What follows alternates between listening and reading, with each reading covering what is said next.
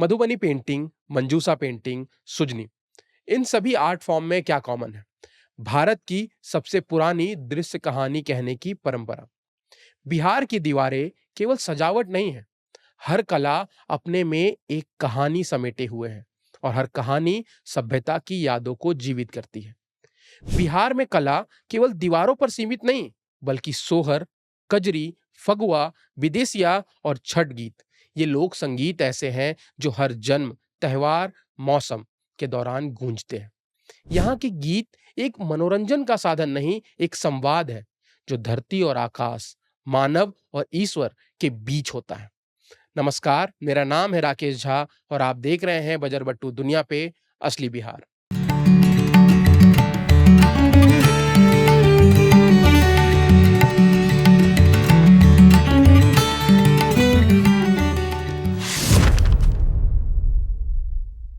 आज की कहानी में हम बात करेंगे उन 3 लोगों की जिनके नाम आज किसी पहचान की मोहताज नहीं है। उन लोगों ने अपने आर्ट को और उस आर्ट के जरिए अपने मिट्टी को अलग पहचान दी। बिहार की धरती ने हमेशा से ऐसे लोगों को जन्म दिया है जिन्होंने अपनी मेहनत, लगन और कला से पूरे देश का सिर ऊंचा किया। उन्हीं में से एक नाम है रामचंद्र मांझी।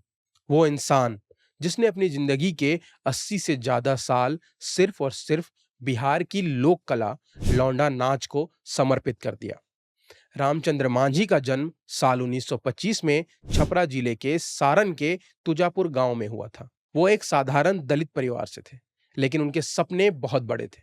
जब वो सिर्फ 10 साल के थे, तभी उन्होंने भोजपुरी के शेक्सपियर कहे जाने वाले भिखारी ठाकुर की नाच मंडली ज्वाइन कर ली। कोई नहीं जानता था कि ये छोटा सा लड़का आगे चलकर भिखारी ठाकुर की परंपरा को आगे बढ़ाएगा। भिखारी ठाकुर की मंडली के साथ मांझी ने 1935 से 71 तक यानी करीब 36 साल लगातार काम किया। लौंडा नाच एक ऐसी परंपरा जिसमें पुरुष कलाकार औरत का रूप धारण करके समाज के मुद्दों पर नाटक करते हैं। कभी बेटी को बचाने की पीड़ा, कभी परदेश गए पति की याद, तो कभी औरतों के संघर्ष की कहानी। इस कला में रामचंद्र मांझी का अभिनय इतना जीवंत था कि लोग असली और नकली में फर्क ही भूल जाते थे। उन्होंने विदेसिया, बेटी बेचुआ जैसे मशहूर नाटकों में अभिनय किया, जो आज भी लोगों की यादों में जिंदा है। उनकी कला इतनी गहरी थी कि उन्होंने प्रधानमंत्री जवाहरलाल नेहरू, इंदिरा गांधी, राजीव गांधी सभी के सामने अपनी प्रस्तुति दी। एक बार लालू प्रसाद यादव ने उन्हें प्यार से मालिक कहा और कहा कि जब तक आप जिंदा हैं, भिखारी ठाकुर भी जिंदा रहेंगे। रामचंद्र मांझी ने अपनी कला के जरिए सिर्फ मनोरंजन नहीं किया, बल्कि सामाजिक संदेश भी दिया। जातिवाद, औरतों का दुख और पलायन जैसी समस्याओं पर लोगों को सोचने पर मजबूर किया। उनकी लगन और मेहनत को देखकर सरकार ने 2021 में उन्हें पद्मश्री से नवाजा। रामचंद्र मांझी 97 साल की उम्र में भी मांझी मंच पर आते थे और अपना मेकअप खुद करते थे, घाघरा चोली पहनते और विदेशिया नाटक में सौतन की भूमिका निभाते। भले ही आंखों की रोशनी कमजोर हो गई थी, पर कला के लिए उनका जोश और प्यार अभी भी वैसा ही था। 7 सितंबर 2022 को जब पटना के IGIMS अस्पताल में उनका निधन हुआ, तो पूरे बिहार में शोक की लहर दौड़ गई। मुख्यमंत्री नीतीश कुमार ने कहा कि रामचंद्र मांझी का निधन भोजपुरी लोक कला के लिए अपूरणीय क्षति है। रामचंद्र मांझी ने जीवन भर गरीबी, जातिगत भेदभाव और संघर्ष झेला, लेकिन कभी अपनी कला से समझौता नहीं किया। वह भिखारी ठाकुर के मंडली के आखिरी जीवित सदस्य थे और उनके साथ शुरू हुई परंपरा के सच्चे वाहक भी। आज भी जब बिहार का कोई बच्चा विदेशिया गुनगुनाता है, तो कहीं ना कहीं रामचंद्र मांझी की आत्मा मुस्कुरा उठती होगी। उन्होंने सिर्फ मंच पर नहीं, बल्कि हर बिहारी के दिल में अपनी जगह बनाई। वो चले गए, लेकिन उनकी कला आज भी जिंदा है। एक तरफ लौंडा नाच और दूसरी तरफ एक और आर्ट फॉर्म है, म्यूजिक। जब हम आर्ट फॉर्म की बात करते हैं और म्यूजिक का नाम ना आए, ये तो हो ही नहीं सकता। और जब बिहार फोक म्यूजिक की बात करें, तो हर इंसान एक नाम लेगा, जिनका नाम है शारदा सिन्हा। ये नाम अमर है। आप सब जो बिहार से हैं या जो नहीं भी हैं, उन्होंने भी छठ तो सुना ही होगा। यह पर्व हर बिहारी के लिए एक महापर्व है और शारदा सिन्हा के गानों के बिना छठ कभी भी पूरा नहीं होता। उन्होंने किसी मंच पर जाकर कोई नए गाने नहीं गाए, बल्कि उन धुनों को बचाया जिन्हें गाँवों ने जन्म दिया था, जो समय के शोर में कहीं खोते जा रहे थे। बिहार के लोक संगीत में हमेशा महिलाओं के स्वर को प्रधानता दी है। उन्होंने उन गानों को जो महिलाएं त्योहारों में गाया करती थी, उसे आम जनता के बीच लाया और वो गाने लोकप्रिय हो गए। उनकी लोकप्रियता ने यह साबित कर दिया कि लोक संगीत में व्यावसायिक संभावनाएं भी मौजूद हैं। शारदा सिन्हा ने बिहार के कलाकारों को यह विश्वास दिलाया कि उनकी भाषा और धुनें भी श्रोताओं को आकर्षित कर सकती हैं। आज की नई पीढ़ी की गायिकाएं जैसे मैथिली ठाकुर, स्वाति मिश्रा उन्हें अपनी प्रेरणा मानती है। उनका सबसे महत्वपूर्ण योगदान यह है कि उन्होंने बिहार को गर्व के साथ प्रस्तुत किया, ना कि शर्म के साथ। लंबे समय तक मीडिया में बिहार को गरीबी और राजनीति से जोड़ा जाता रहा था, लेकिन जब शारदा सिन्हा की आवाज रेडियो और टीवी पर गूंजी, तो वो बिहार की एक अलग छवि पेश करती थी।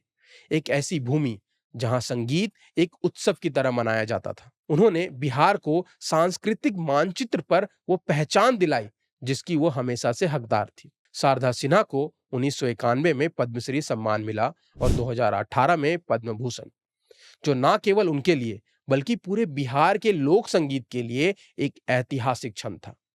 इस सम्मान ने पहली बार यह मान्यता दी कि गांव की गलियों, मिट्टी की खुशबू और छठ घाटों से उठने वाली आवाज भी किसी बड़े मंच के गायकों के समान महत्व रखती है। शारदा सिन्हा ने अपनी सादगी भरी गायकी से यह सिद्ध कर दिया कि लोक संगीत सिर्फ एक सीमित क्षेत्र की उपज नहीं है, बल्कि ये भारत की आत्मा का अभिन्न हिस्सा है। जब उन्हें राष्ट्रपति भवन में यह प्रतिष्ठित सम्मान मिला, तो ये असल में उन अनगिनत लोक गायकों, माताओं की मेहनत को सलाम था, जिन्होंने वर्षों से बिना किसी पहचान के लोक धुनों को जीवित रखा है। पद्म भूषण प्राप्त करने के बाद उन्होंने कहा था कि ये सम्मान सिर्फ मेरा नहीं, उन सभी माताओं और बहनों का है जो आज भी अपने घरों में छठ और विवाह गीत गाती हैं। कहते हैं कि उनके गीत सीधे छठी मैया से लोगों को जोड़ देते थे, इसीलिए छठी मैया उन्हें अपने साथ ले गई। जिस दिन उनका देहांत हुआ, वो छठ का ही दिन था। अब बात उस महिला की जिन्होंने अपने दम पर ना केवल अपने हालात बदले, बल्कि समाज को भी बदलने का प्रयास किया। शांति देवी। शांति देवी का सफर तब शुरू हुआ जब उन्होंने गोधना शैली नामक लोक कला को अपनाया। यह शैली गोधना की प्राचीन प्रथा से निकली है, जिसे मिथिला पेंटिंग की पारंपरिक तकनीकों ने नया जीवन दिया। उन्होंने इस कला को दीवारों और मिट्टी की सतह से हटा करके कागज, कपड़ा और कैनवस जैसी सामग्री पर उतार दिया। इससे यह सिर्फ एक स्थानीय अभ्यास नहीं रह गया, बल्कि यह एक व्यापार में रूपांतरित हो गया। उनकी पेंटिंग्स में केवल पारंपरिक मिथिला चित्रकला या मिथिला की कथाएं ही नहीं दिखती, बल्कि इनमें समकालीन विषय, सामाजिक परिवर्तन, दलित जागरूकता और महिला अधिकार जैसे तत्व भी शामिल होते हैं। उन्होंने बुद्ध का जीवन, अंबेडकर का विचार और रामायण महाभारत की कहानियों को अपने चित्र में जोड़ा। उन्होंने सामाजिक कलंक को पार करते हुए वर्ल्ड लेवल पर पहचाने जाने वाले गोधना चित्र बनाए और अमेरिका, जापान और हांगकांग जैसे देशों में अपनी कलाकृतियों का प्रदर्शन किया। शांति देवी, जिन्हें एक समय उनकी जाति के कारण उनके गांव में पीने का पानी देने से मना कर दिया गया था, उन्होंने भारत में G20 शिखर सम्मेलन में अपनी प्रतिभा का प्रदर्शन किया। उनके प्रयास से गांव स्तर पर कलाकारों को रोजगार मिला। महिलाएं कला के माध्यम से आजीविका कमाने लगी। बिहार की लोक कला को एक ब्रांड के रूप में देखा जाने लगा। शांति देवी की कहानी हमें यह संदेश देती है कि यदि परंपरा को सही दिशा दी जाए, तो यह केवल स्मृतियों तक सीमित नहीं रहती, बल्कि समय के अनुसार परिवर्तन का माध्यम बन जाती है। बिहार की लोक कला में उनके योगदान को सिर्फ एक नाम के रूप में नहीं देखा जाना चाहिए, बल्कि यह एक वास्तविक उदाहरण है कि किस तरह से कलाओं को संरक्षित, सशक्त और साझा किया जा सकता है। उनकी मेहनत ने बिहार की मिट्टी को दुनिया के मंच पर पहचान दिलाई। तो आज ये कहानी यहीं खत्म होती है, पर बिहार की अनछुई कहानियों के लिए जुड़े रहें बजरबट्टू दुनिया पर। तब तक के लिए नमस्कार।